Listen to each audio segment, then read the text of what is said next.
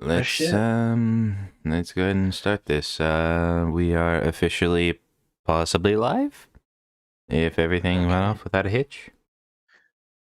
Live now, Chimera streaming with Dungeons and Dragons. And does everything sound good? Can you hear yourself? Can you hear me? Hold on. Speak? Hello. Testing 1 2. Testing 1 2. Oh god, I'm robot. What? I'm a robot. That's strange. Hmm. Yeah, I'm a robot bad. um, I don't know why. that I just is I hear it and it's just strange. pure robot. Um, hmm. Maybe now? Okay, hold on. Talk. Me or you? Okay, now we're good. Okay, that's what it was. It was Sorry, capturing you twice. That's what my it was. late my latency is like 20 seconds or something like that, so I Oof. have to wait a little bit of time. I even have low latency on, and it's still forever. I think that's probably me. Um, however, uh, hello and welcome, my friends. Um, Okay, maybe like put it on the thing that we're live. what do you mean? It's just me. I only see one viewer. Okay, Okay. Um, sorry. you're good. But Sorry. yes, welcome back to Beyond the Veil. Behind the Veil. God, I fucked up the name of my own show. Dude, it's fair enough, man. That just happens. Yeah. But this week we got Karlt or Azarian. Say hello. Hello, I'm Uh, Azarian. How and you doing today? do you want to go ahead and just dive into the questions? I don't know. Do you? I don't know. Do Yes. you? Sure. All Let's right. do it. Well, I mean, I'm here for a reason. let's start off with the first couple, just general questions. First one being, what's something unique about your character you think people might not know?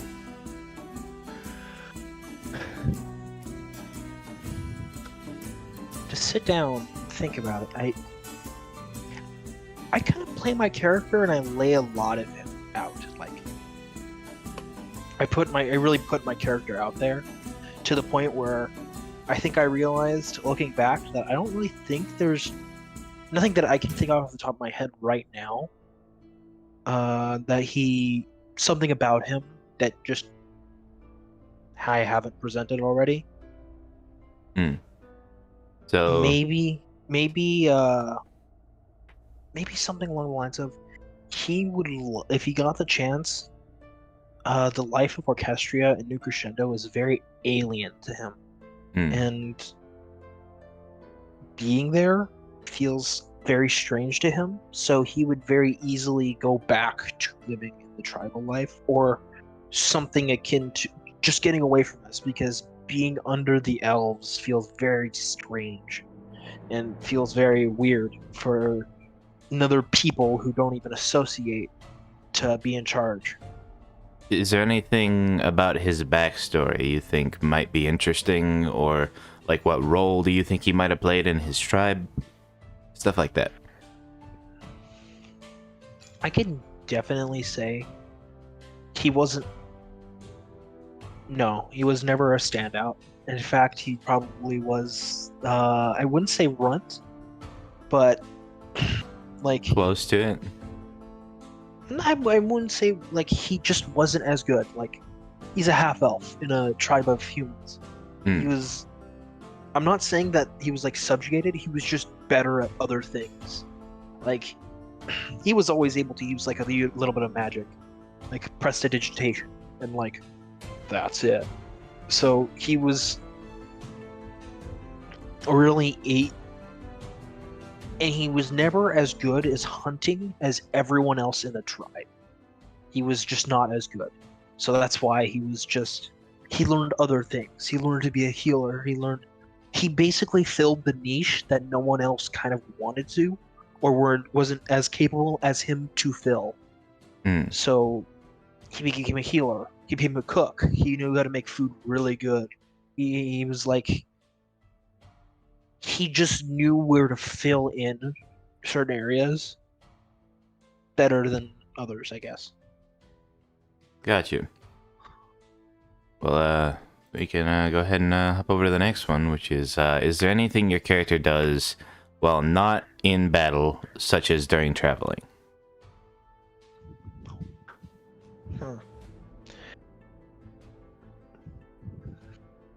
I would say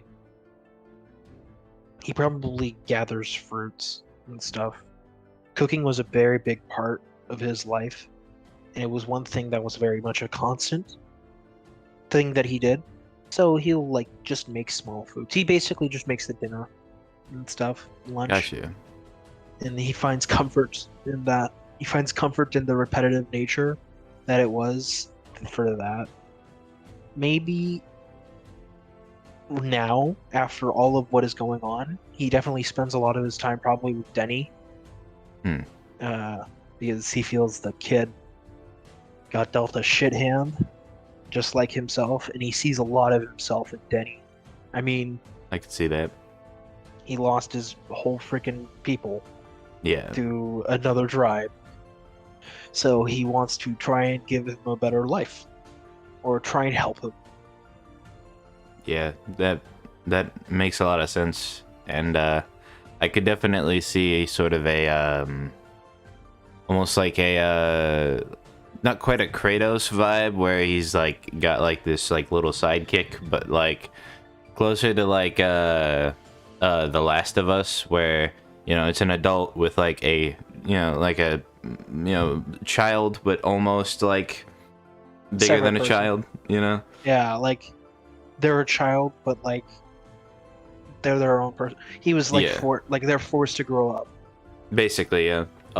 I feel like that's one thing about this world that a lot of people tend to glaze over is the fact it's still the Stone Age and people grow up really fast. Whenever you see Yeah. people murdered in front of you at the age of 3, that changes people. You live fast, die even faster. Yeah, your moral whatever. compass also is a little more towards the side of like, murder is never quite skew. off the table. Yeah. You always think what are they gonna pull one over on you and such. Yeah. But let's go ahead and hop on to the last general question, which is,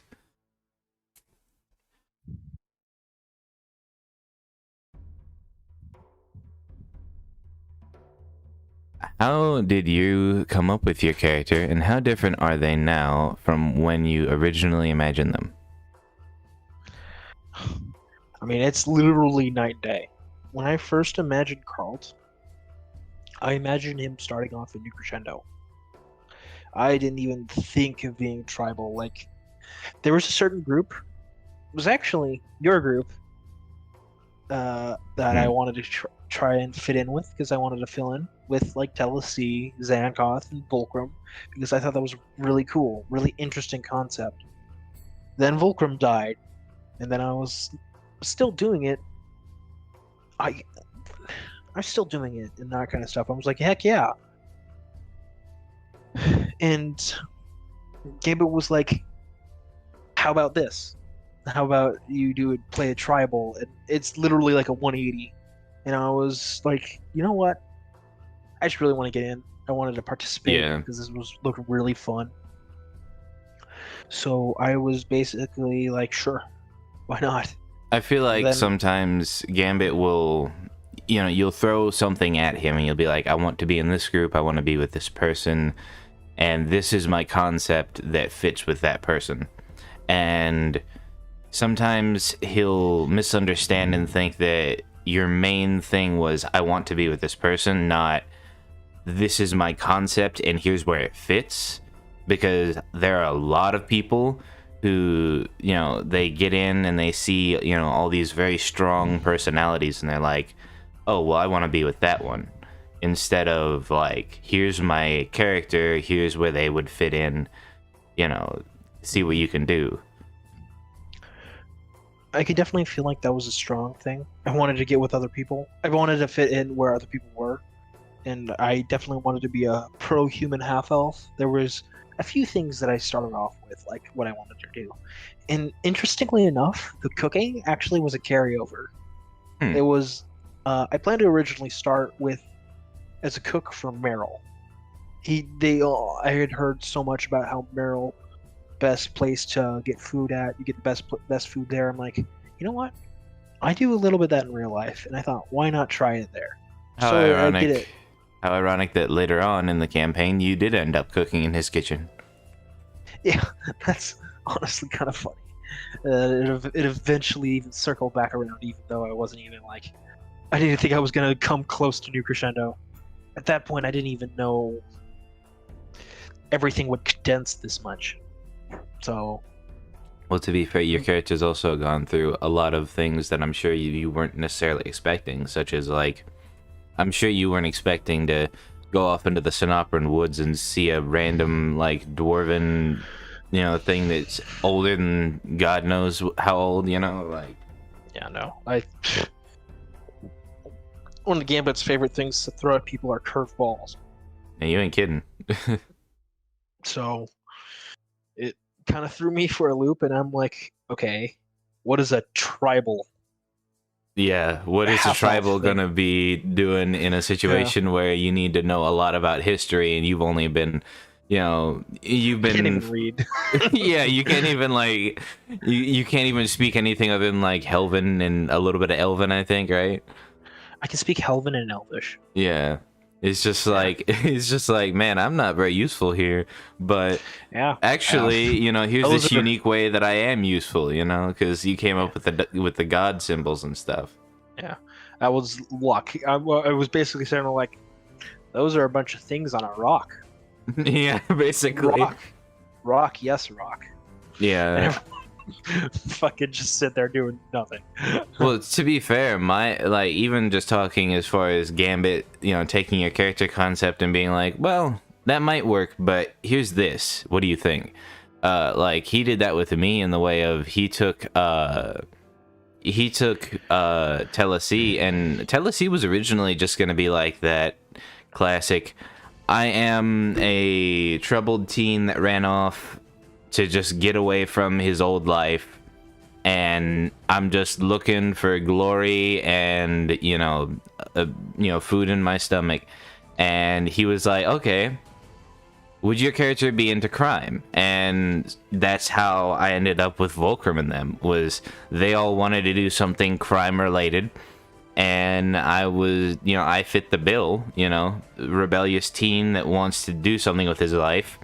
That made sense. So he threw me in with them, and, what happened, and, that didn't last very long, unfortunately, but, Yeah, I'm kind of sad that we didn't get to see Telesi more. I often think about what might have happened should he have survived, and honestly, I do think some of it's interesting. It was so low. It was you so had to low. roll a 3 on all of the d8s. No, it wasn't even that. I had to roll a 1 or 2 1s and a 2. So I was pretty well boned. Like, like that whole thing. I went into that pretty sure that I was gonna die. Like, I was, because I had 5 hit points. I was like, yep, this is the end, but I'm gonna go out for a good reason. Yeah. If you had survived that, it would have been a miracle. Oh, absolutely. It would have been one of those things where it was like, at one point, we got, me and Gore were both, like a lightning bolt landed between us when we were fighting. And he rolled the damage on it, and he rolled minimum damage, and he was like, yeah, that's one of those not strong bolts of lightning you always read about. Yeah, and then what was... Yeah. Jesus. Well, damn, dude, it was rough. That PvP was rough. Yeah. That it's funny because no matter what you're talking about in the campaign, you always somehow manage to come back around to the PvP, you know? Well, like half the campaign was there. Well, Literally. yeah, it's definitely a big I almost said a big fulcrum point instead of a fulcrum point. Honestly, it might as well have been. A fulcrum point, yeah. Because he was somehow on both sides that whole thing, but Yeah. He played on his own side. yeah, to a certain extent, yeah. Yeah. And I think that's even true now, but Of course. Yeah. Then these next questions are more geared towards your character and less towards just about anybody. First one. You got special questions for me? Thank you. Yeah. This is from Gideon. Since we first met you, sorry, I edited this and now it doesn't make any sense. Since we first met you, then we haven't seen. It was supposed to be since then, but I changed it and I forgot to fix it. We have not heard or seen anything about your tribe. Is there a reason for this, and how does Karlt feel about it all? well, honestly, my first design for my tribe, I can confidently say it was probably a throwaway. I could probably very much easily put it in. It was something Yeah. that I knew would fit in, and it's something that I kind of wanted to play on. Was this world is fucking brutal. Tribalism is brutal. Yeah. I mean, there hasn't really ever been a point where he would have felt comfortable talking about it, or like it would have seemed relevant at all. He feels very alien and is the place for this right now. And I don't think he has become close enough. I think he would probably start sharing stories. In regards to downtime, he'd probably start sharing stories of his life with Denny and that kind of stuff, but I don't think anyone has ever actually got that close. The only one closest might be Steve, but who knows? And in regards to my original tribe, I mean, it's hard to talk about, literally all of them are dead. Literally all of them are dead. And he is... It's hard to describe how he feels. He's like... Depressed is... Like, I don't know if it's a good enough term. Like, how would you feel if literally not just anyone, not just your family, but anyone... Everyone you've ever known. Like, your worker from freaking... A co-worker from class. Like, yeah. Literally, like, you are now a man with no ties. The only tie you have now is maybe to the group, mostly to Danny. Other than that, yeah, there's not a lot. No, not at all. So it freaking hurt him. Yeah. It freaking hurt him bad. So it's a lot I need to think about, and there's a lot of stuff that I can confidently say, not too fleshed out. There are some things I would want to talk about, but yeah. Do you think there's any details that might have already been like subtly hinted at per se? Not really, no. Because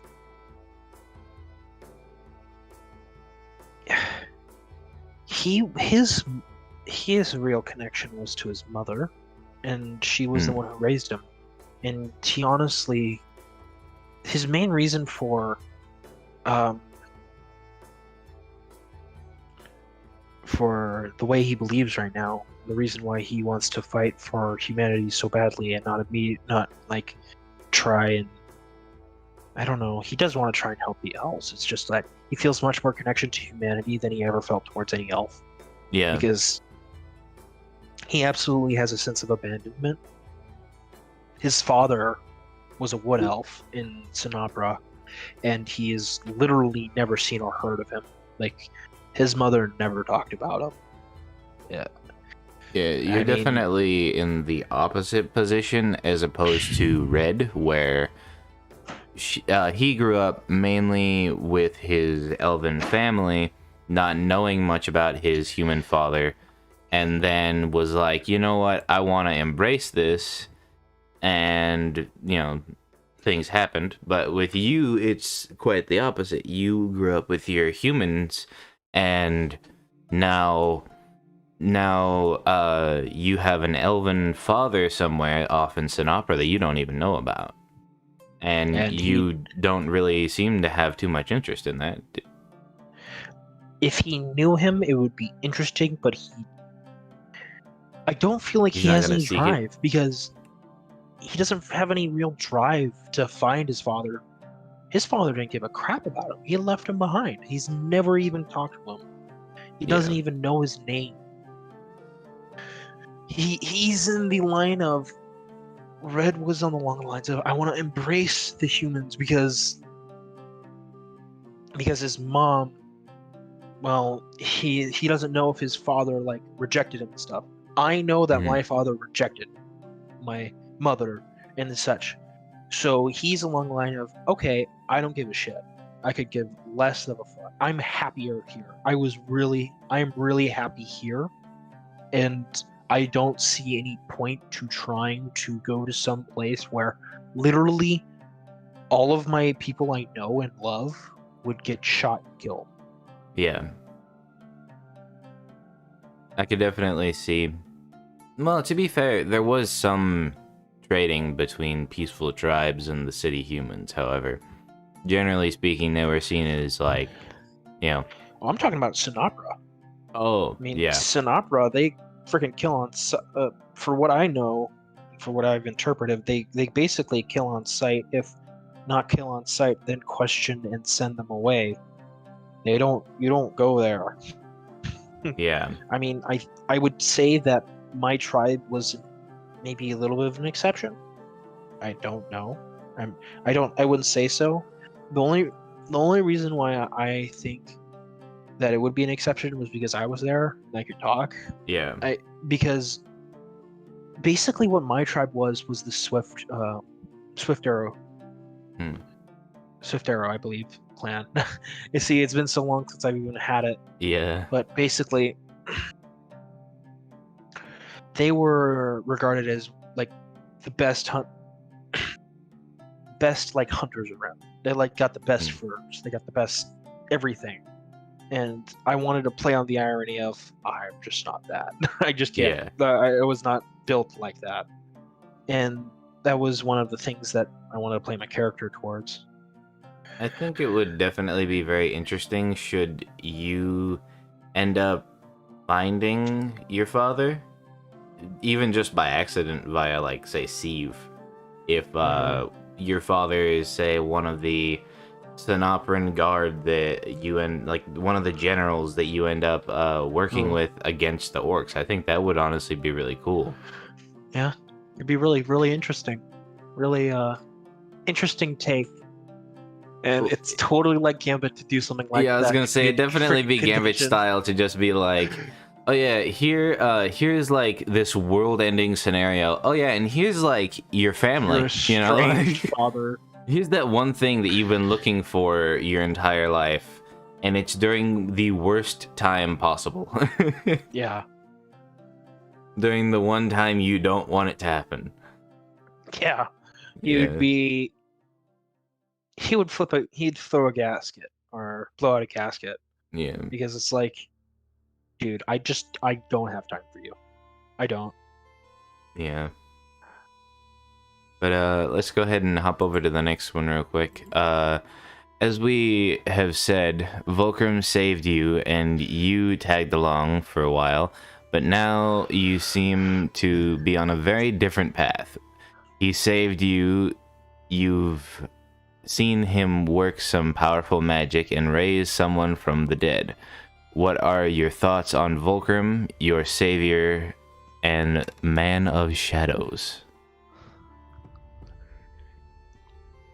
Okay, so to narrow it down, he would have literally, like, died for Vulcan along those lines. He was pretty freaking dedicated to Vulcan. I mean, he saved his life when he didn't need to. I mean, there was no reason that Vulcan should have been there at that time. What were the odds that one man, the man who seems to be chosen by a dark god, would stumble upon one cook and happen to pull out the arrow, and then he was able to. Then I could save myself. Who knows? Or I even think Karlt at that point knew he could cast Cure Wounds. Yeah. He just prayed that it would, like a last ditch plea. It was like a last ditch plea to life, and it happened. Yeah, that's honestly, like, out of all of the uses of magic, I feel like that is the most, like, this is the first time this person has ever cast a spell of this magnitude before.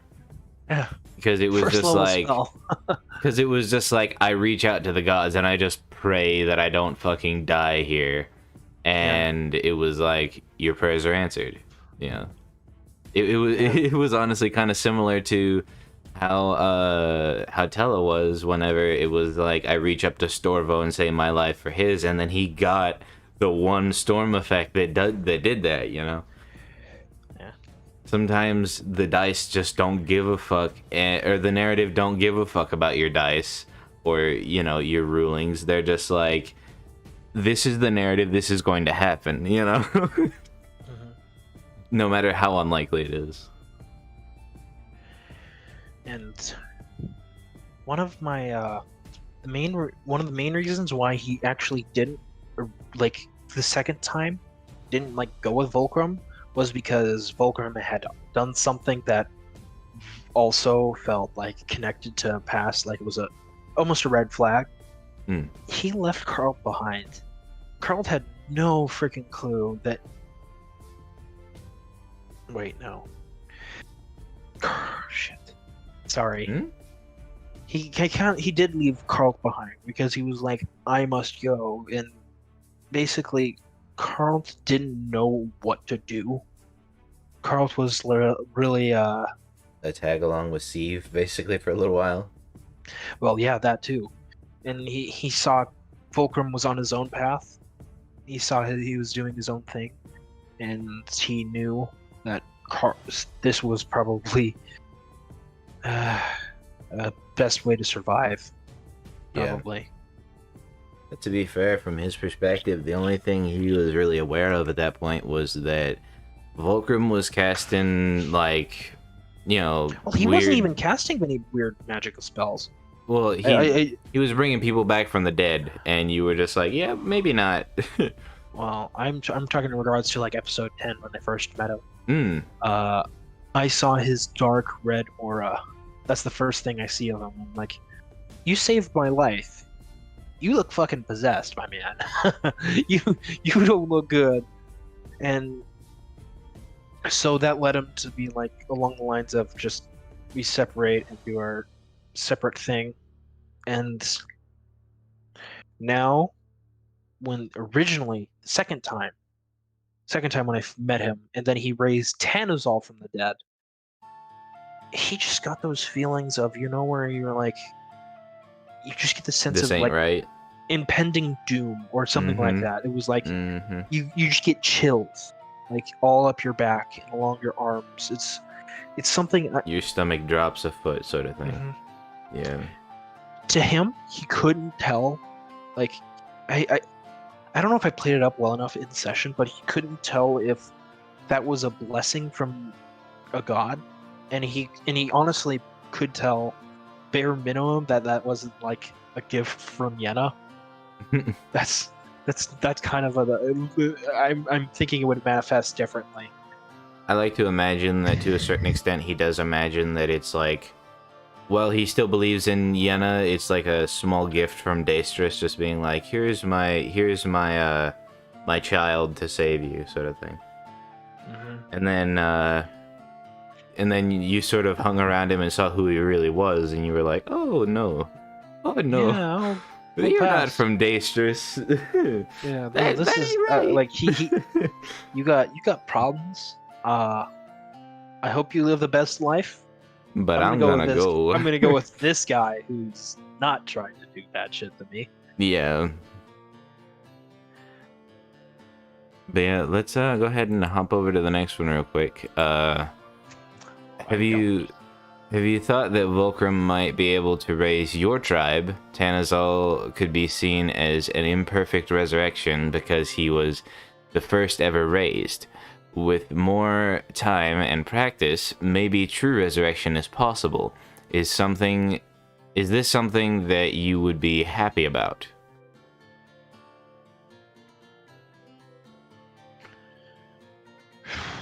I'd have to sit down and think about that. Yeah, I could give two different answers to that, because I wouldn't know if he would be happy or unhappy, because very correctly he interprets the raising of Tanazal to be very imperfect, because I distinctly remember it being described that, like, no, he wasn't healed, he was still rotting. Yeah, he's just, the corpse was animated, and he still is. yeah. But for all he knows, for all Karlt knows, Tanazal got better, didn't change, he would have no idea. Yeah. But he wouldn't want that upon his worst enemy, because it feels like their soul is being almost tainted in that respect, because they're put into a body that no longer can truly accept the soul, and it has to be almost forced. Because in a healthy body returns a healthy soul, along the lines of whatever the hell Tanazal was. I don't know. But like, that just didn't seem right. Something just felt wrong. He was happy that he managed to do it. Now, on the flip side of this, to say, because that would be a no, like, he wouldn't want that. On the flip side of this, in time, if Vulcan managed to be able to cast, if he knew for a fact that Vulcan could bring him back, like a true resurrection, bring him back, I don't know. I legitimately wouldn't know, because that would be like, he saw the dark power he wielded, but he knows that there is some good in Vulcan, because he was the one who saved his life for no reason. It was a purely selfless act of saving his life. He could have easily left. I mean, and he didn't even gain anything for bringing me back. Yeah. We immediately separated. Well, that's also an interesting thing, because now you have a situation in which somebody was acting selflessly, yet they also have done regrettable things in the past. So you sort of have that, like, first example of, like, maybe not necessarily a necessary evil, but one that definitely is very different than anything else you've thought about. Most people that you've seen that are evil are just malicious in every aspect, but with him it's different. Well, if he is evil, he hides it well. And, well, the Karlt side. And I don't know. I couldn't tell him if he would be happy that he knew Vulcan wielded the power, because honestly, if Karlt would want to try it with his deity, because she is the goddess of life. And I think love, I need to look it up, but I know that she's the goddess of life, and that to him, what's his name, Tanazal's was like a breath from Daestrus. Well, he would want a breath from Yenna. Do you think that he might blame Daestrus for, like, say, corrupting Tanazal or corrupting Volcrum even, possibly? I can honestly say I don't think he blames Daestrus, because he doesn't even know if that's Daestrus. Because Daestrus is the god of death. In what way does death bring someone back from the dead? I think it's more of a position of, like, they are the Death is all. gatekeeper of the realm, and they get to decide whether or not this person dies or not. Therefore, they can decide this person should not die. However, since they've, say, been waiting in line, per se, as cheesy as that sounds, you know, like, possibly that is, like, why they, possibly that is why he's all rotted and such, because he cannot heal such grievous wounds. True. Fair enough. It's to him, it's all catch-22, because he doesn't know enough to be able to There is no right answer. confidently say what the right answer is. I just don't think he knows enough. If he were to understand, like if he knew what was going on with the Death and Shadows, he would steer fucking clear. Yeah. He would, like, no way, wouldn't touch it with a mile-long pole, because it's like this is just, some of this is just not okay.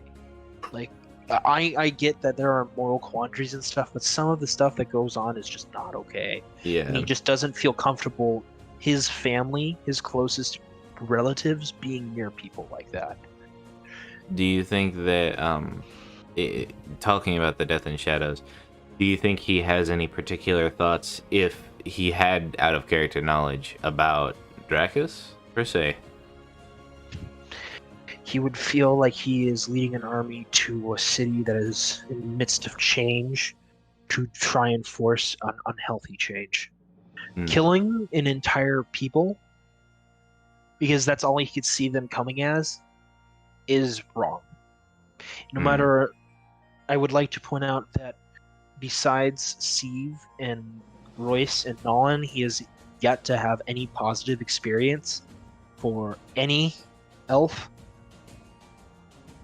They've all treated him like crap, but he himself is a half-elf, and he does not see the mass killing of literally everyone, all elves, for a few elves' misgivings, as a justifiable.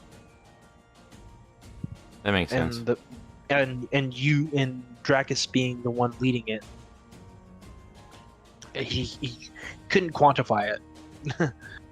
It's wrong. It's blatantly wrong, and I don't think that they could get along unless he could see there was possible change in his heart. If there's the possibility of change, then there's always the possibility of forgiveness. At the moment, you don't know. Nope. I got no clue. Yeah, I got nothing. Let's go ahead and hop over to this next one real quick. Where also, do you let me know if I talk too long. By the way. Oh no, you're perfectly fine. If we go a little bit late, I don't mind. As long as you're not like going like over schedule or something. Where do you see your future heading? You've gone a long way in distance in development since we first met you. We've seen powerful magic, shadows, orc armies, etc. What would you say your aims are right now, and where do you see yourself fitting into the strange world? I see Karlt's future is very uncertain. Honestly, I have no idea if he's going to survive the next few sessions. And so, for all I know, he's going to die. For all I know, he's dead.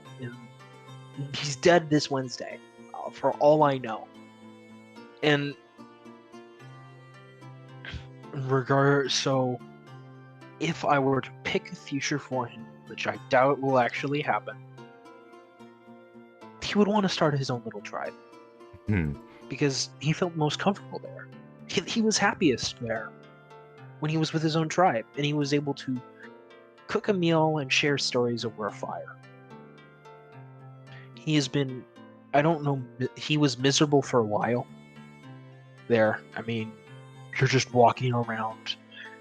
And then he finally was able to get some closure with the fact that he was able to bury his tribe.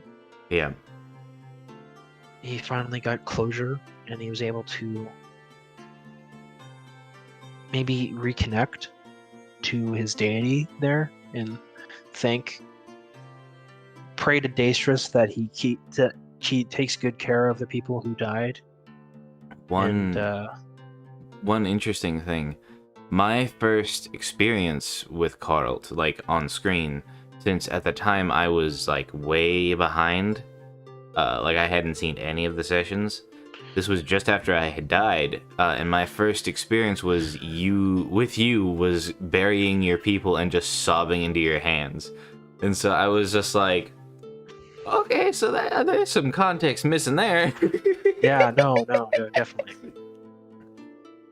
The formative point in Karlt's life right now is the death of his tribe. Yeah. And that really hurt him. I mean, makes sense, for sure. Like, you know, you don't just have your entire people die and then just get over it the next day. No, it's just you don't. That's not how... I don't think he will ever truly be able to get over it. I imagine because that... he won't even be able to go up to the person who did it, and kill him, or I forgive you for what you've done because you have to, or who knows. He will never even know who did it. Likely, yeah. What avenue would Karlt even be able to go through and do it? He would like to imagine it's the Stormbloods, because then that would be convenient. Kill them. It'd be very convenient. But it's tribalism. It could literally be any tribe. I think it would be, though I do think it would take a lot to get there. I think it would be a unique view if you were to end up like straight up being like, okay, tribal life, it's not doable anymore. We must eradicate the tribes, and if they don't want to be civilized, then they will be crushed under my boot. I think that would be a interesting turn for your character, but I think it would take a lot to get him there. Yeah. I don't know. It would take a lot, because his happiest memories were when he was a part of a tribe. Yeah. So that is a communing with a god, and him saying, this is what you should do. And yeah, I don't think he could ever rule with an iron fist. He's just not... He's not that way. He doesn't see that. Well, the reason that I say that is because with the orcs currently in their position, and even just the Death and Shadows as a whole in their position, I think it would be an interesting point of corruption for Karlt if it was a thing where it was like he went into battle with these people and saw this awful, heinous acts, and now he's starting to see from their perspective and thinks they're right. That would be very interesting. I can definitely say he sees the benefits to living in city life. Yeah. Static, and then building farms and all that kind of stuff. He's definitely starting to see the appeal. Yeah. I don't know if he is completely committed to it, but he definitely knows there are a lot of things. I actually was talking about the orcs and such.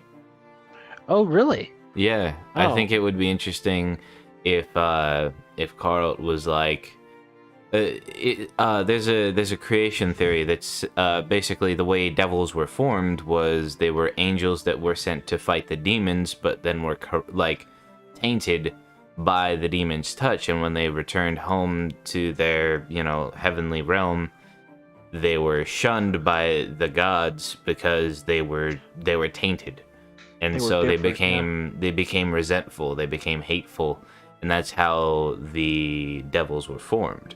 I think it would be interesting to see a similar aspect come from Karlt. I mean, fair enough. It would definitely Now, be a like fucking curveball you could throw at Gambit. I'm just saying, for all the ones he throws at us. well, I would like to come up with fluid changes. So Yeah. totally, if that's where I feel like it would go, totally. I will If say that's there where have been a lot of non-fluid changes in this I campaign know, so but far. I know that's. And I'm not talking down to any of those people, you know, not saying any names, but there have been some that were just like, you know, I went from good person one day to fucking mass murderer, maniac, crazy person. Yeah, So, that's not how I want to play my character. I want there to be a lot of reasons for why he would change. yeah. Or at least one really, really good one, you know?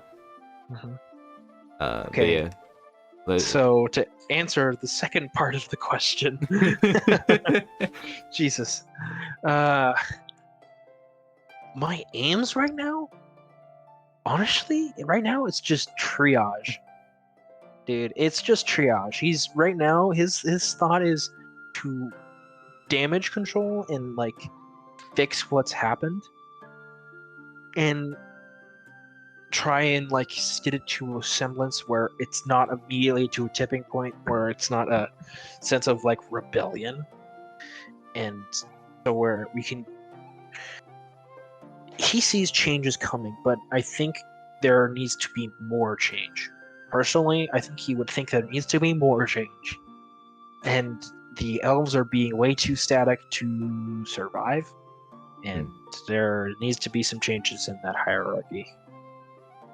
Do you think he would be of the mind that the elves are more negligent than ignorant, or ignorant than negligent, where they know more, or they don't know the situation, therefore they act in ways that might not fit it?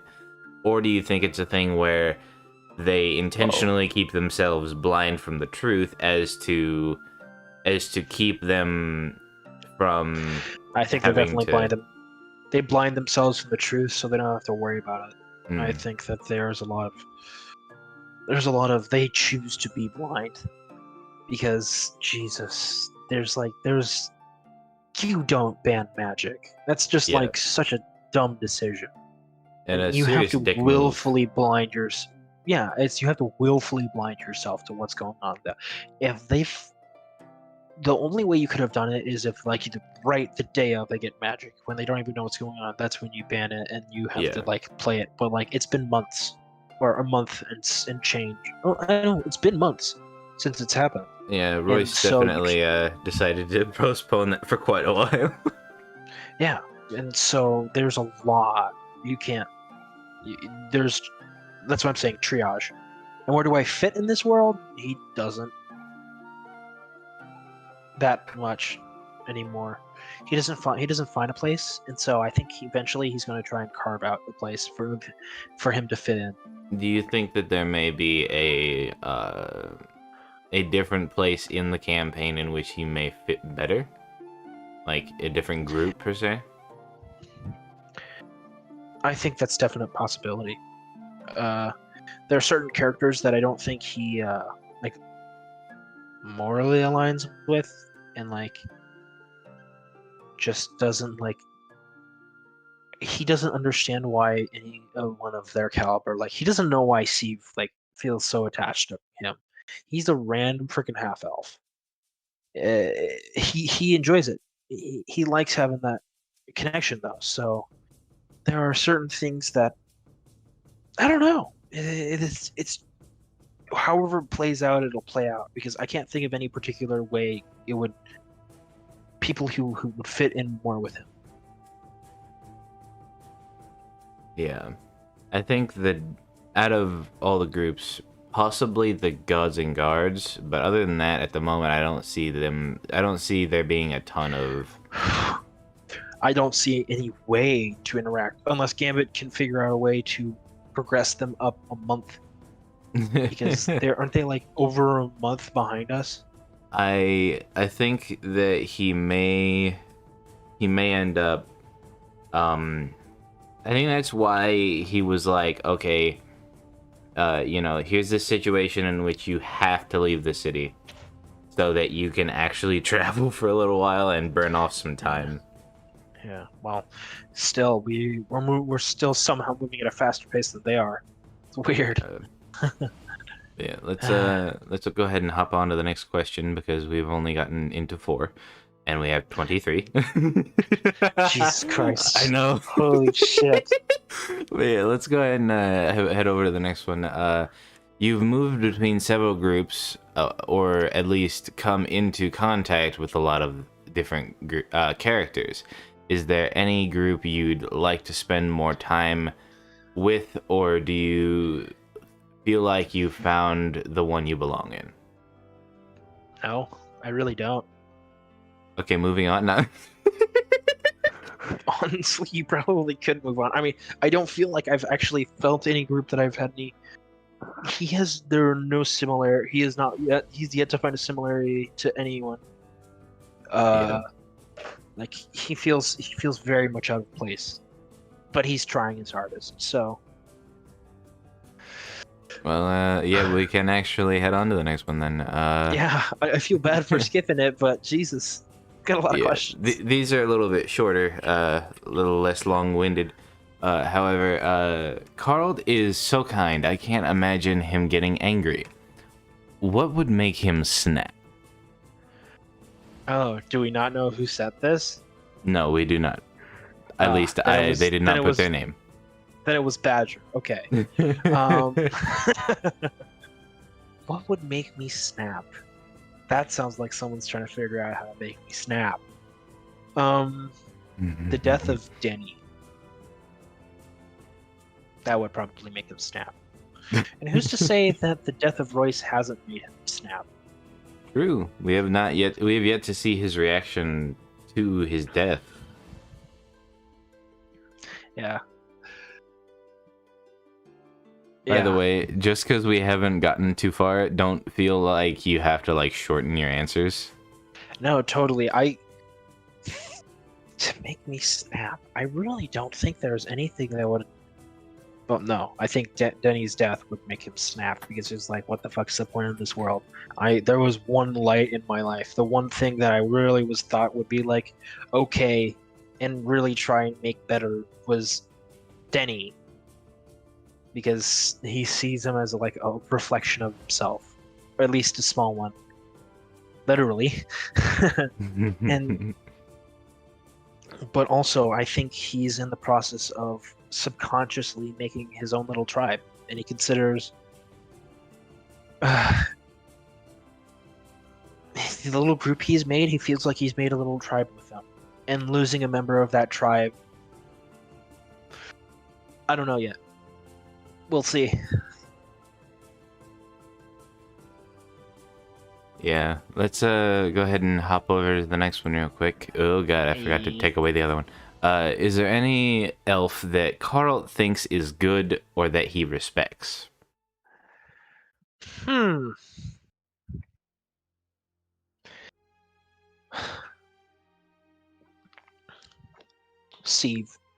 Sieve, yeah, maybe Nolan, but Nolan's a half elf. I literally, that is it. Sieve is the only one to treat him with kindness, listen to him, and like not immediately shut him down. Like, as I've cited, I have been treated like shit. I've been treated terribly from every elf I've interacted with. From wood elves to high elves. Yeah. It was Royce and Sieve. Royce was the only one who was like, okay. Yeah. And it wasn't even like, he doesn't even have to be good. He was just, he treated him like a human being. Yeah. He took what he said into consideration. Yeah. He treated him like a sentient person. Yeah. Okay, let's go ahead and hop on to the next one. Is your character Man, I suddenly can't read. Is there a character you would Not love surprised. Karlt to meet? Shit. Oof, that's a tough one because Just I can a, honestly say I would love to meet everyone in this campaign because I think he would be like a deer in the headlights with all that kind of stuff. Like if he met anyone from the Outstanding Octave, like Cilia or Barry, he'd be like, "Wow, you really have a stick up your butt. You really just are. You willingly blind yourself to what goes on." Or like Ariel, he would almost probably see kinship in because they are literally two sides, to the maybe two same sides of the coin. same coin. Yeah. Their situations are directly flipped. Yeah. Ezra, man, Ezra, he would probably be wary of her because she's just crazy. Scary. That's the best, scary and crazy. The Gods and Guards. He would love to talk to the Gods and Guards because they're the only other people who seem to be super dedicated that he would morally align with. Yeah. I mean, meeting Gabriel would be. He would find his zealot. Yeah. I think as far as the whole Death in Shadows, just as a whole, like other than maybe Sire Cap, for the most part, it's just like, no, just no. No, I think Vulcan he would actually want to see again. He would actually really would want to see Vulcan again because he wants to like figure out what happened with him. Maybe Tanazal also because it was someone that was worth freaking Vulcan to try and bring back from the dead. Vulcan thought it was worth bringing him back from the dead, and that he would want to meet him. Why? Why would Vulcan do this? Such a miraculous act for him. What would make him really worth it? And he would probably be shocked by who he met. And Vulcan, he would really want to talk to again because he was the one who saved him, and he wants to figure out what's going on with him. Yeah. He considers him a friend. I mean, at this point, the guy saves your life. I feel like that's just sort of a default at that point. Yeah.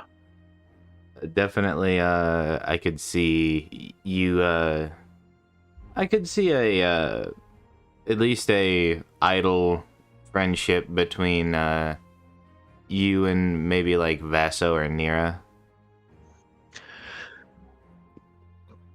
Maybe. Nira's a bit on the strange side for you, though. Even Vaso, he can't comprehend someone who refuses to believe in the gods when there are so many signs that they do exist. Yeah. He would see him as very much an oddity. Yeah. And Nira, I don't know. Nira is, scary. an oddity, something so strange and like out of the world. Like she seems so disconnected. Yeah. It's interesting. It would be very interesting. Yeah, as Video Also, God said, good old Lefty. Yeah. Yeah. Oh, actually, there is one more from the Gods and Guards. He would want to talk to Imri.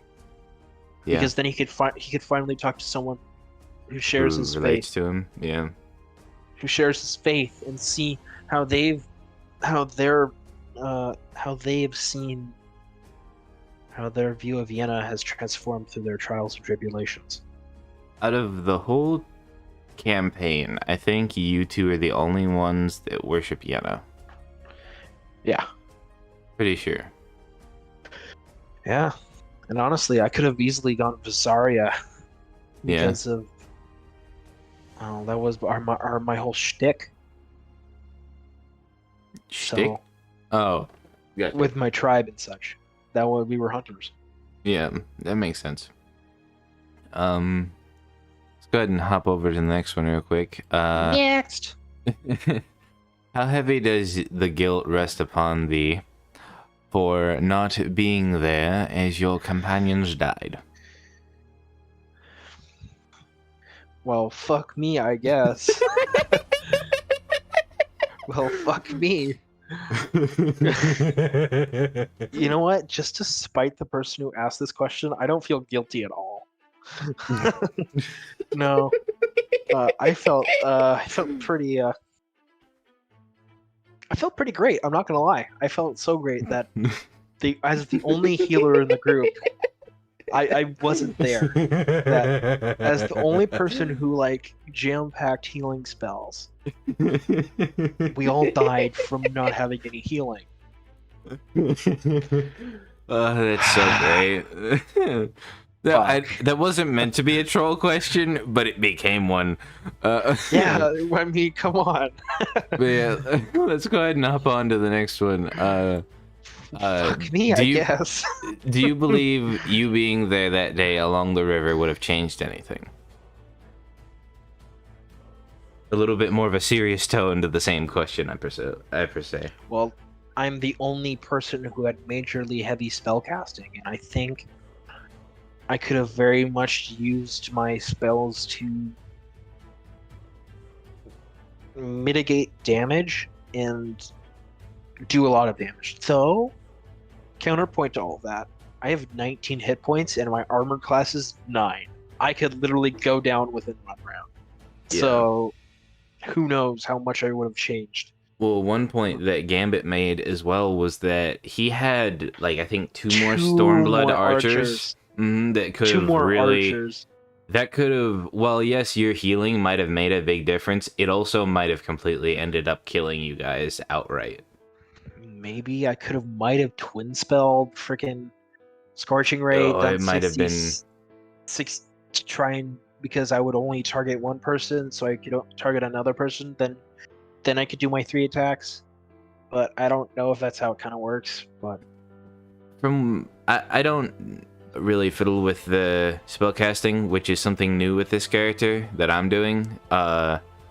So it's... Oh, trust me, I don't spellcast either. I've mainly played fighters. Well, up until now, I think the only spellcast I've ever played was a bard and a cleric, and both of which were in a different version. It was in 3.5, in which spellcasting is way more complicated and not nearly as easy to understand. So, well, I think I might have made a difference because I don't know. My perception's high, though I don't know. It was an ambush. I could have maybe I may have influenced the roleplay in such probably. Where we could have so where the combat didn't happen. But who knows? It's literally already happened. I wish I had a better answer to this question.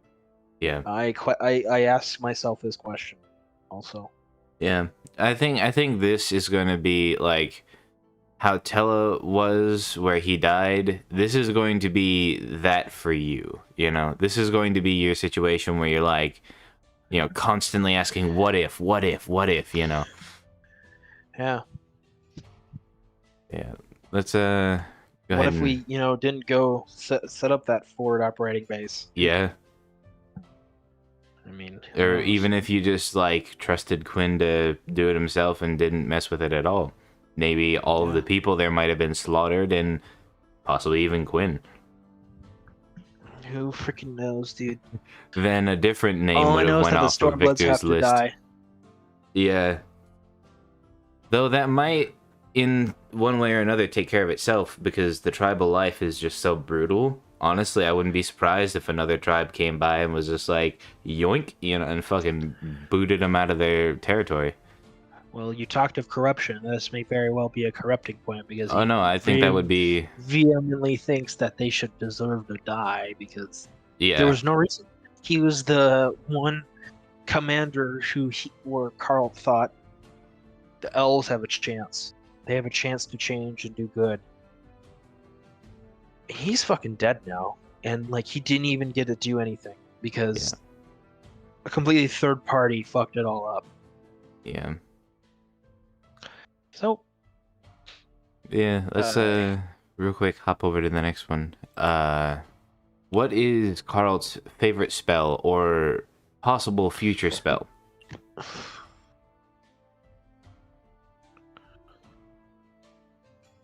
Revivify. Mm-hmm. Do you think he It might would be able to bring it's the ultimate blessing of his goddess.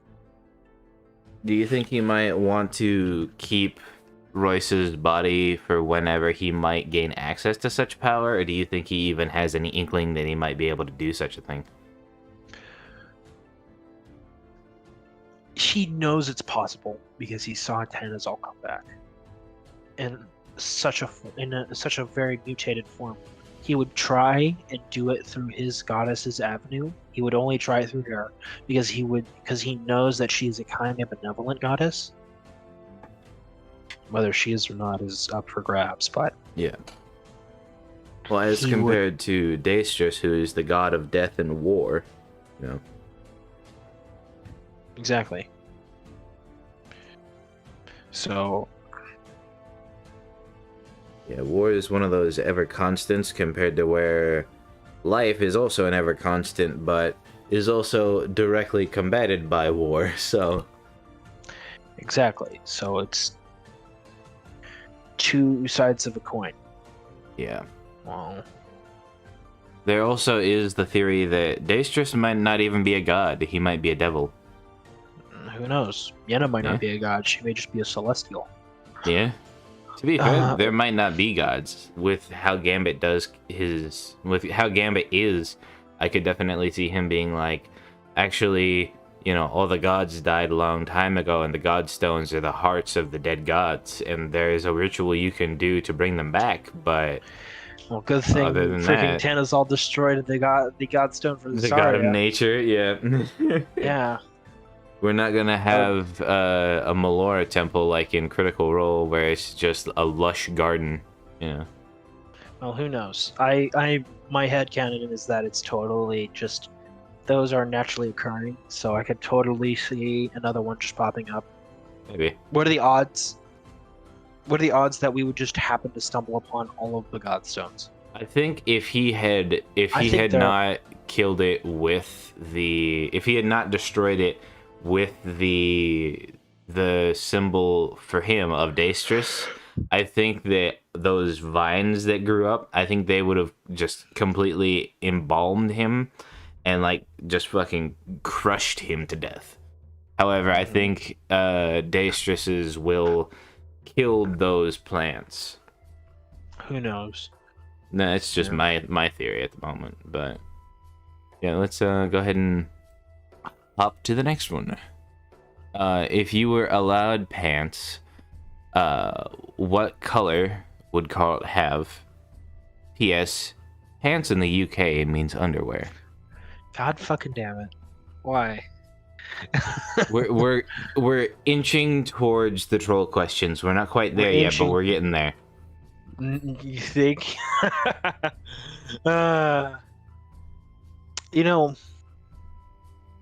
underwear is a very specific question. So, I mean, it even depends upon brand.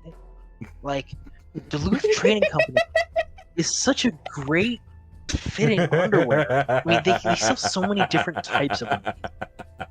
So, I mean, but who knows? Fruit of the Loom is also a solid name brand. I mean, that's a tough choice. What would he have? I think he would have blue armachillo undies from Duluth Trading Company. Trademark. Okay, let's move on to a slightly more serious question. God, I can't believe that wasn't a troll question. It wasn't intended to be, but it was sort of just a like fun question, and it ended up sounding like a troll question because there are troll questions in here. But, if that's not a troll question, then what the fuck are the troll questions? Oh my god. You'll see. What would Azzy ask the old hag if he had the opportunity? I'm so proud of you, Rip. You actually came up with a good question. I knew you had a hard time with it, but I applaud you for coming up with something. If he had to ask the old hag something, if he had the opportunity, is his tribe resting in peace? Do you think there's anything else? He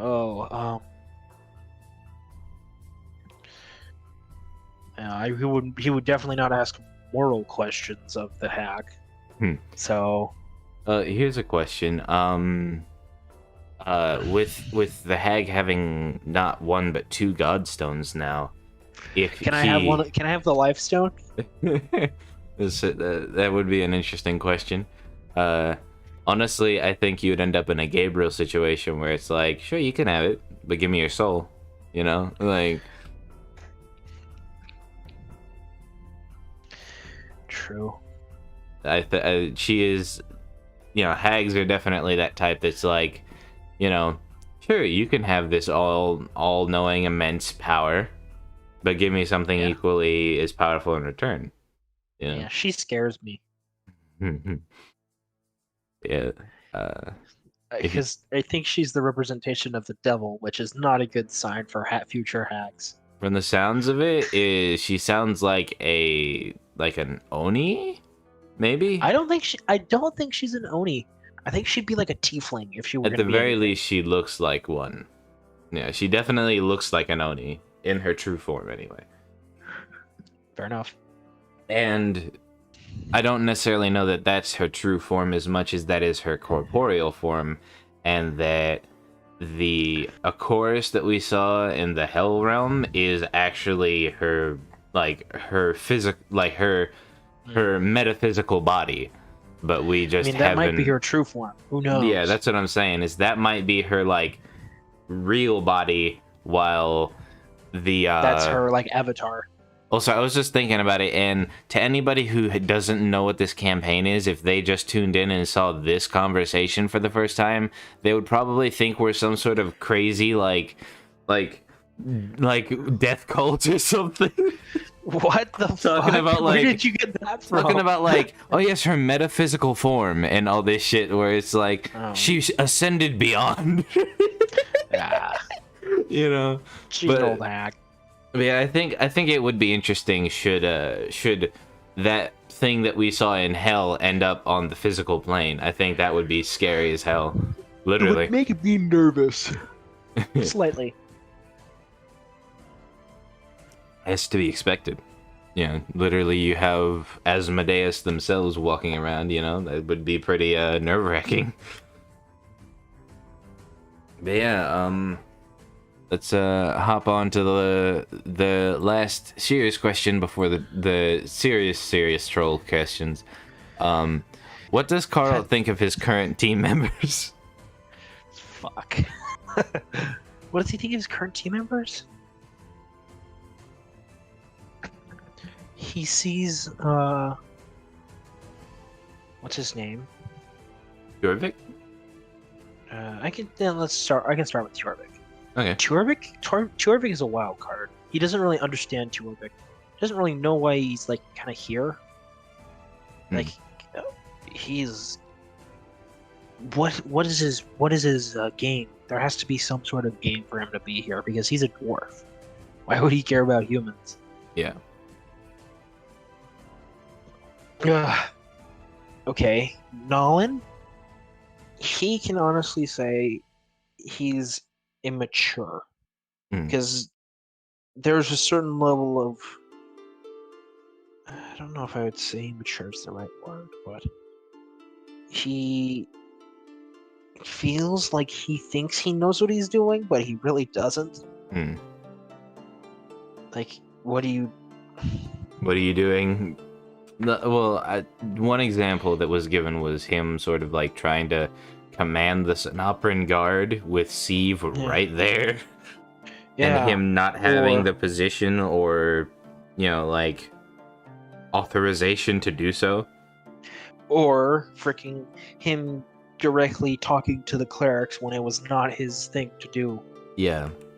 When all he was supposed to be was a bodyguard. Well, also he went after what's his name?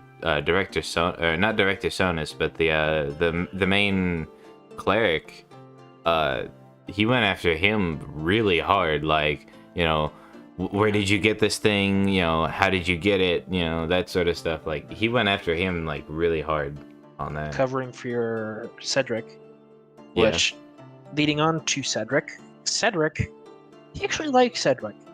Like, he basically kind of lives with him right now. Yeah. They're dorm buddies, and he can definitely see that he's helping a little bit with the raising of Denny. Giving him that little wooden statue was a really cool thing. Here's a small thought that I just happen to have. Has Karl gotten a kill yet? Has he killed a fellow humanoid? No, I'd say he hasn't. Well, I'm just saying in session, even. I know you were there whenever they were fighting against. Oh, no, you weren't even. No, because you showed up after. I was there. Vulcan. I was gonna say you were fighting the undead, but you guys weren't even there at that point. No, I hit a Symphony Guard with Magic Missile, I think twice, and I didn't kill him. I missed him with a Ray of Frost, I think twice. And then I just healed Torvik. Yeah. I definitely could see him almost being, like a pacifist in a way. Granted, he's already broken that oath if he did take it, but... No, I don't think he's a pacifist. Doesn't see himself as a pacifist. He's willing to do whatever it takes to, like, protect and protect his people. Yeah.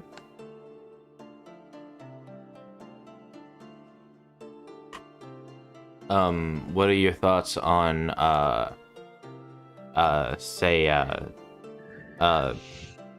fuck, what's his name? Royce. I don't know why I couldn't think of the name Royce for a second there. Royce. Assuming he was still alive, what your character knows so far. He sees him as a person who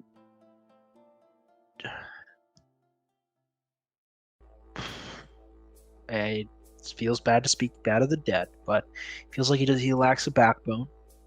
He wasn't able to stand up for himself to speak of, because he get a feeling that he disagreed with the orders that he was giving, but he didn't choose to question them at all. Didn't fight for it.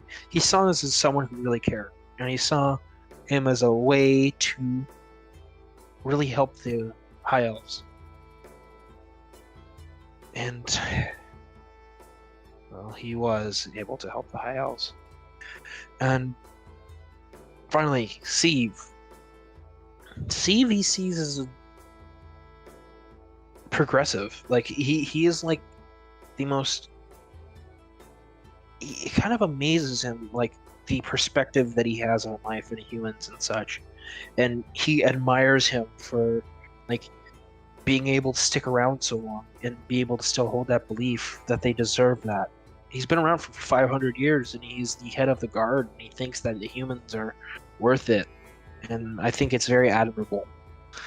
Yeah. He hopes that he can help help the people. He sees him as a very good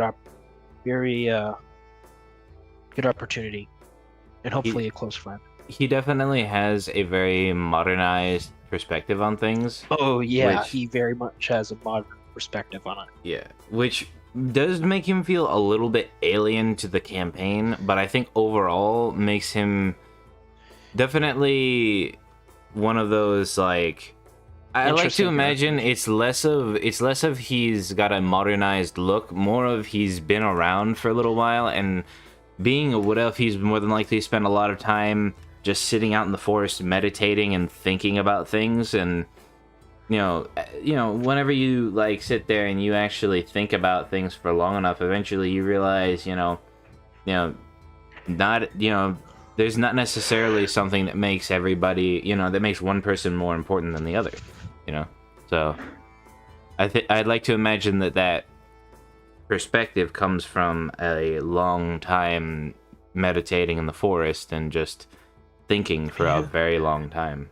Who knows? I would love to see the reasons why he holds those beliefs Yeah. and all that kind of stuff.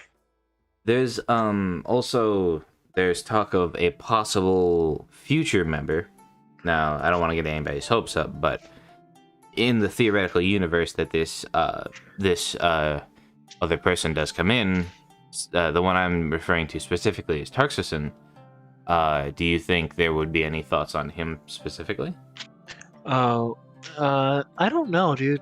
In regards to Tarxison, I don't know that character that well because he's not even in the campaign yet. Yeah. So I'm gonna hold my judgment until I actually meet them or actually see them in the campaign, because for all we know, it might not be Tarxison. Yeah. Well, he might bring back Royce. For all we know. True.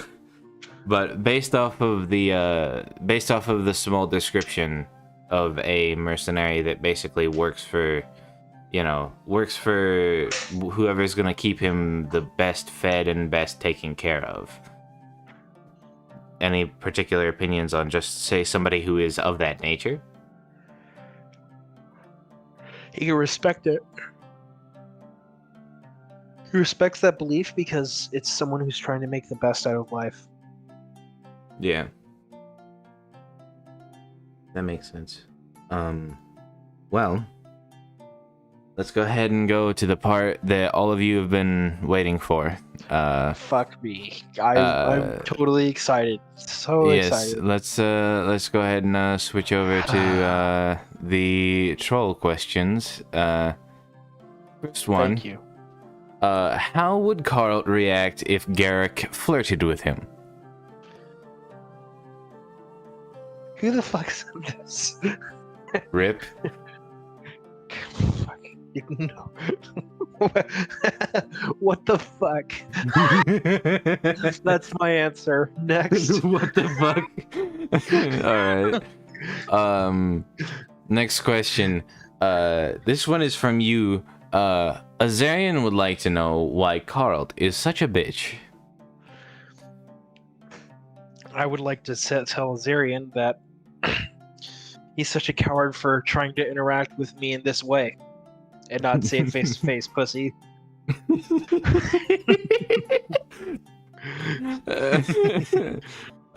Next one is from I'm assuming Video Goth.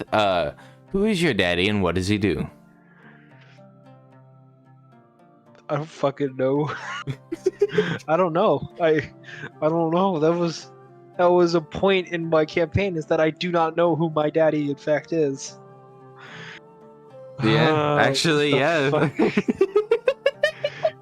Who's my daddy? God fucking damn it. Y'all a bunch of fucking trolls. Yes. Let's go ahead and hop on to the next one. Okay, that one wasn't from him, but it very much was his style. If you had to choose between saving Danny and saving yourself, what would you do? This is from Rip, and she says, if you answer wrong, I will hunt you down.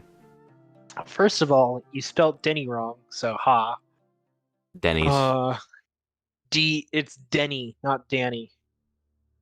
Get it right, Rip. Yeah. I'm saving Denny, of course. I mean, is that even a question? Okay, and let's real quick move on. I'm not heartless like Ezra. Okay, let's move on to the next question, which is partially related. Ezra asks, will you please kill the kid for Ezra? Fuck. God damn it. Of course, I'll do it. I'll get to it right away. Right away.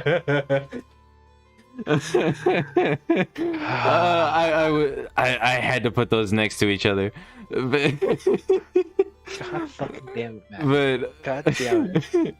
What's funny is that one wasn't even written by Maddie. It was written by Rip for Maddie. I know that. But yeah, let's hop on to the next one. With your illusion cantrip, Karl has rounded off his ears, squared off his jaw, but has and squared off his jaw. But has Karl ever used it to augment other parts of his body? Oh my god, Rip. This is the drunk question, by the way. This is the drunk one. Of course, it got to give the extra few inches where it counts, right? Yeah, of course, man. You want to disappoint? Well, Oh my actually, god. you would disappoint because you give an unfair expectation. Oh my fucking god, no way. She actually wrote this. Oh yeah, and she's probably gonna hate me for putting it in, but I don't care. It's too funny. That's fucking hilarious. Oh my god. No, he hasn't, Rip. Thanks. He's proud of what he has. A slightly serious question. Do you think he's ever used anything like that? Like, just, like, fucking around with it, like, for fun? Just, like, looking like, oh, look, I can make myself look like Vulcan or something, you know? I don't know. I think that's actually a more recent development, that cantrip. I don't think... I don't... Sorry, He video... never really had a reason. Video just No, said, I haven't. yeah. No, I haven't. I saw. He increased his badonkadonk. No. God damn it. That's funny. I'm gonna text Rip right now and just say why. Okay, let's move on to a slightly more serious question. Would you survive a punch from a eight strength character? Yes. That's it? Yes. Okay. I would. I mean, I have 8 strength, and if I punched myself, I wouldn't die. Yes. However, Well, I don't know. That's questionable because a breeze can kill me. So I'll leave that one up for if it ever happens. Okay. Well, here's a also slightly more serious question. If Karlt and Azarian had a thumb war, who would win? I'd kick his ass. I'd kick Karlt's ass so fucking hard. What about in a hand-to-hand fight? I'd give him a wedgie. That'd be... with the huggies that he's wearing, I'd give him a wedgie. Yes, with the huggies. No, yep. It's the Duluth brand underwear, man. Don't you remember? Yeah. Yeah. Okay, but actually, a slightly more serious question. Do you have any tinfoil hat theories? Just to sort of round everything off a bit. Do I have any tinfoil hat theories? Yes. Well, I have always thought that the veil was meant to keep something out. It was always designed to, like, it was either we are stuck in here with something, it was designed to keep something in here, or keep something out. I've always thought of it as a wall. Yeah. Sort of an under the dome situation. Yeah. I would really like to believe that the gods are real, regardless of what the elves have actually said. Yeah, I don't think that the gods are not real. I think that's just, at this point, out of the question. Just because of there's so much proof. I don't think that it's out of the question that they might not be gods, but I definitely think it's out of the question that they don't exist. True. Very true.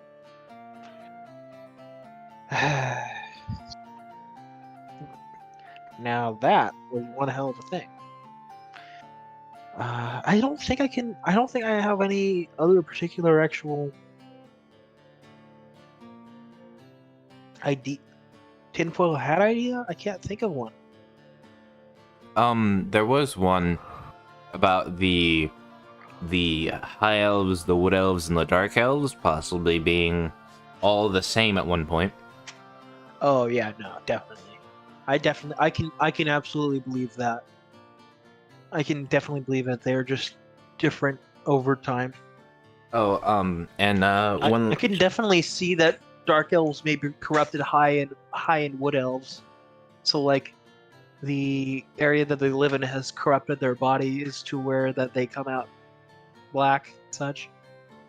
there was also a thought that possibly the dark elves are ones that defected from Lunara to Venumbra and betrayed Lunara, and that that was what caused the Lay of Lunara, and the High Elves are the ones that went to the Arcane. However, there is a on-the-spot question from the comment section, which is, now that you've had your birthday, is puberty everything you expected, or do you need more time? Why? That's a great question. Thank you for asking.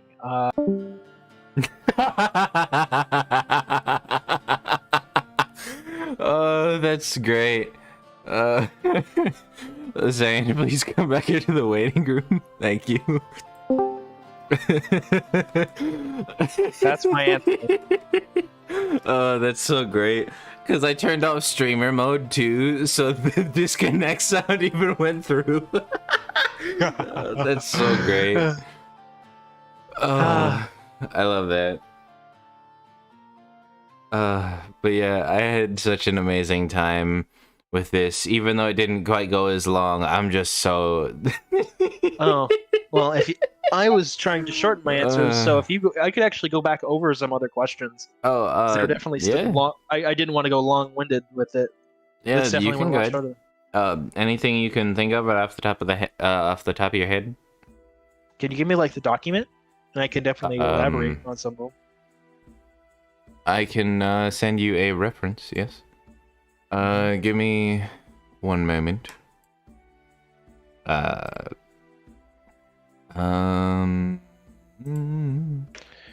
it's definitely went a lot shorter than I thought it would. I need to shorten this one, so I'll copy that, delete, send it. What do you mean it's still too long? There's the first couple, and here's the last couple. A couple of the last ones were the troll questions, though. Yeah.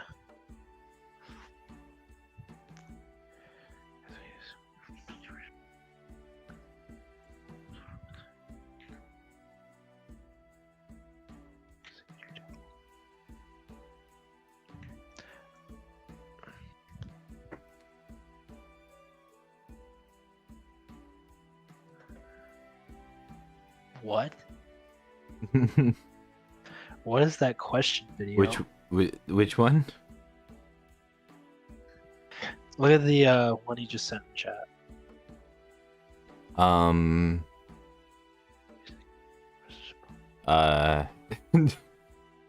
Wait, what? You're probably making some sort of joke, but I don't get it. No, I'm like. No, I meant video. Yeah, I don't get that one. Now I can actually.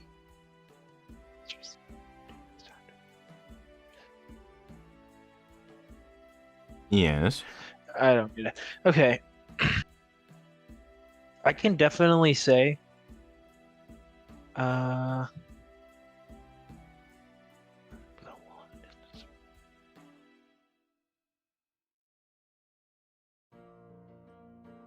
What would make me snap?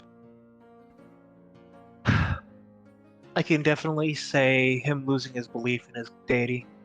She is what has brought him comfort in.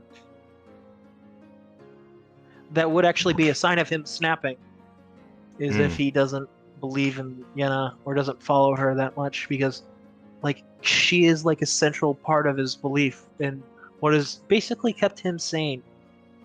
because of, you know. Yeah, that makes sense, seeing that, like, it's also very unique that you had your entire tribe murdered in front of you, and you yourself was almost killed, yet Oh. you worship the life goddess? Hmm. Yeah. I just remembered. I worship the goddess of life because she deigned to let me live. I was allowed to live. And this actually. Okay, so there's actually a question in regards to when it comes to Fulcrum and why I don't like his savior. That actually ties into a thing that I've had that I have been toying with. He feels like he's almost been sent on a spiritual quest by his deity, by Yenna and such, because of the fact that he was allowed to survive. He was survived and was then saved by what he could only describe as an avatar for a dark god. Hmm. Like to show that his whole thing was to help this man, and he regrets leaving him. And he feels like he's on some sort of spiritual quest or something along those lines. Mm-hmm. That just there has to be a reason why he of all people survived in his tribe. Yeah. I mean, straight up lived through what should have almost guaranteed killed him. He should not have been the one to survive. I mean, Do you why think would he a sees cook- himself? Do you think he sees himself as a chosen one per se? I don't know if he sees himself as a chosen one. I don't know if he's gone to that point of zealotry, but he sees that he's been lucky, and there's something that he must do. But he's not sure because for all he knows, this is what he was supposed to do. I like the idea that it's sort of like now this is sort of a bad example, but with Joaquin Phoenix in the most recent Joker movie, where it's like, you know, my life has been, you know, everything from this point on has just been to torture me. This has been like my punishment, and I'm gonna do what do the best I can with it. However, this is my burden to bear.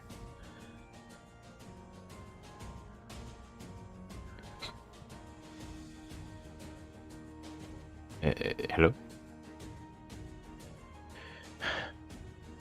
Yeah, I can definitely say he feels.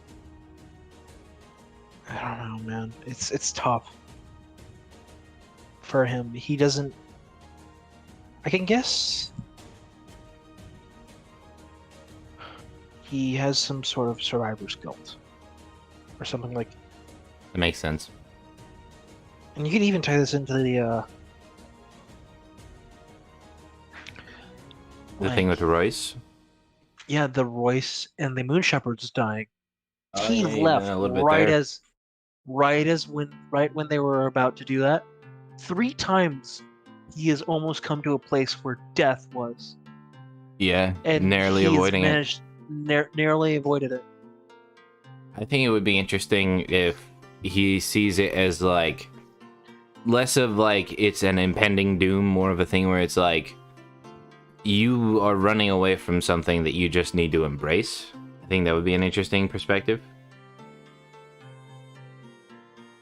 And I know that you like are like, but I don't want my character to turn evil because everybody else in the campaign is doing that. But it's like, yeah, but it would be so cool though. It'd be really cool if he went evil, yeah, but like a lot of what's gone on with him reaffirmed that he has been blessed by Yenna. Yeah. Where death was, he was the only to survive. Yeah. He has been blessed by Yenna, so he thinks honestly, he might actually think he is a chosen one. But I don't. To me, that's kind of hard to say. I thought it would be kind of cool if you were the world's first ASMR. Oh, I'm not the world's first ASMR. No, I said it would be cool. I thought originally it would be kind of cool if you were, even though other events happened, you know. Gabriel, of course. Yeah. Gabriel beat me to the punch. Yeah. But is there anything else that you think you would able to add more to? I don't know. Actually, I think I covered it all. All right. Well, in that case, I guess we'll end it here. Yeah, I'm sure I probably would have. I'm gonna realize, oh, damn it, I wish I said Yeah. this within like 10 minutes. But like, right Yeah. now, I feel content. Yeah. Thanks for having me on, Yeah. man. Go ahead and if you have anything, shout yourself out. You know, just let people know where the people that can find you. You know. Well, you're never gonna find me. I mean, I live in your walls, so no, I can't. Yes. I'm a Zarian 105. You can find me on the Discord, and that's basically it. I don't really have any socials to drop, so Well. catch you later, I guess. Yeah. For now, I'm gonna say au revoir.